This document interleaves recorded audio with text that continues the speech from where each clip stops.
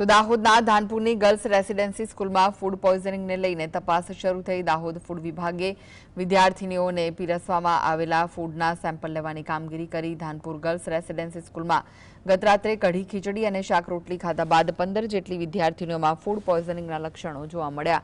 ઉલટી, ચક્કર અને પેટમાં દુખાવો થયો હતો। મોડી રાત્રે લગભગ 50 જેટલી વિદ્યાર્થીનીઓને ફૂડ પોઈઝનિંગની અસર જોવા મળી। તેઓને 108 એમ્બ્યુલન્સ મારફતે લીમખેડા સરકારી હોસ્પિટલ ખસેડાયા। રેસિડેન્સી સ્કૂલમાં ફૂડ પોઈઝનિંગની જાણ થતાં મામલતદાર, પ્રાંત અધિકારી સહિત આરોગ્ય વિભાગ દોડતું થયું તેમજ ફૂડ વિભાગે વિદ્યાર્થીનીઓને પીરસવામાં આવેલા સેમ્પલ લેવાની તજવીજ હાથ ધરી।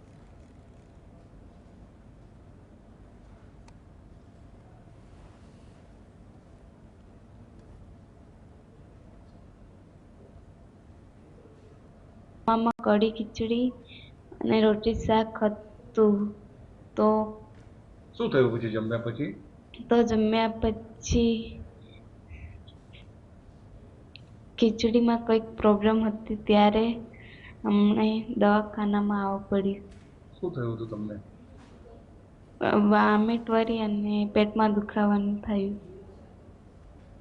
અમે જમીને અડધી છોકરીઓને ખીચડીમાં એમ લાગ્યું કે કંઈક ખીચડીમાં છે એવું લાગ્યું। પછી એ ખીચડી બદલવામાં આવી અને રસોઈયાને જણાવવામાં આવ્યું કે ખીચડીમાં આવી કેમ લાગે। ત્યારે રસોઈયાએ બીજી ખીચડી બનાવી અને બાકીની છોકરીએ બીજી ખીચડી ખાઈને આવ્યા અને આગળ જે બનાવી એ છોકરીઓ ખાઈ અને હોસ્ટેલમાં જ્યારે 8 કે 8:30 વાગે આવી ત્યારે એ છોકરીને થોડી અસર થવા લાગી। 1-2 ને છોકરીને અસર થવા લાગી ત્યારે અમે વોર્ડનને જણાવ્યું। વોર્ડને પછી હોસ્પિટલ 108 એમ્બ્યુલન્સને બોલાવી અને લઈ ગયા અને પ્રોબ્લેમ તો અત્યારે અમને અડધા કલાક પછી અમને અસર થવા માંડી।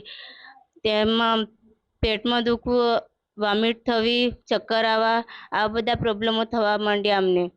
આથી અમને ઘણી બધી છોકરીઓને બધું નુકસાન થયું છે। પછી અમે હોસ્પિટલમાં અમને 108માં લાયા છે અમારા શિક્ષકો।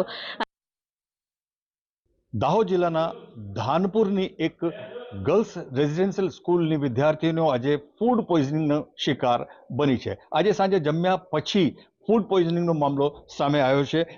લગભગ 12 ઉપરાંત વિદ્યાર્થીનીઓ ફૂડ પોઈઝનિંગનો શિકાર બની હતી। આપણી સાથે લીમખેડા પ્રાંત અધિકારી આપણી સાથે આપણે વાત કરીશું। સર, શું ઘટના બની હતી અને કેટલી વિદ્યાર્થીનો શરૂઆતમાં ચપેટમાં આવી હતી? જે સૌથી પહેલા અમને 108 મારફતે જાણકારી મળી હતી કે લગભગ 12 વિદ્યાર્થીનીઓને ફૂડ પોઈઝનિંગની અસર થઈ હતી।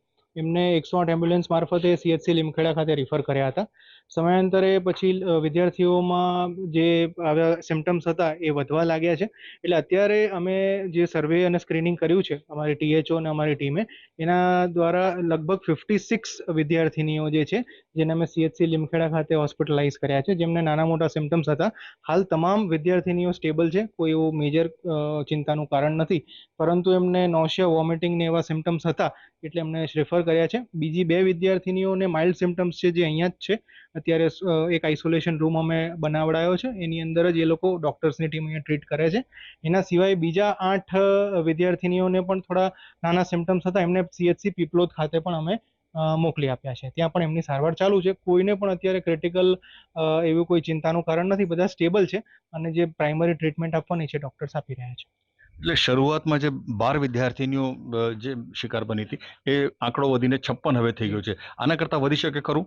અત્યારે હોસ્ટેલ્સમાં જેટલી પણ વિદ્યાર્થીનીઓ છે એમને અમારી મેડિકલની ઓફિસર્સની ટીમ સ્ક્રીનિંગ કરી ચૂકી છે। અત્યારે હાલની સ્થિતિએ કોઈને પણ સિમ્ટમ્સ નથી, એટલે આનાથી વધશે એવું શક્યતા નથી હવે।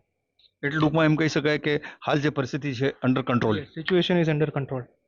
તો હાલ જે પ્રાંત અધિકારી છે એમને જણાવ્યા પ્રમાણે એમ કહી શકાય કે જે કંટ્રોલ સિચ્યુએશન હાલ જોવામાં આવી રહી છે। ભૂપેન્દ્ર ચૌધરી, GSTV, દાહોદ।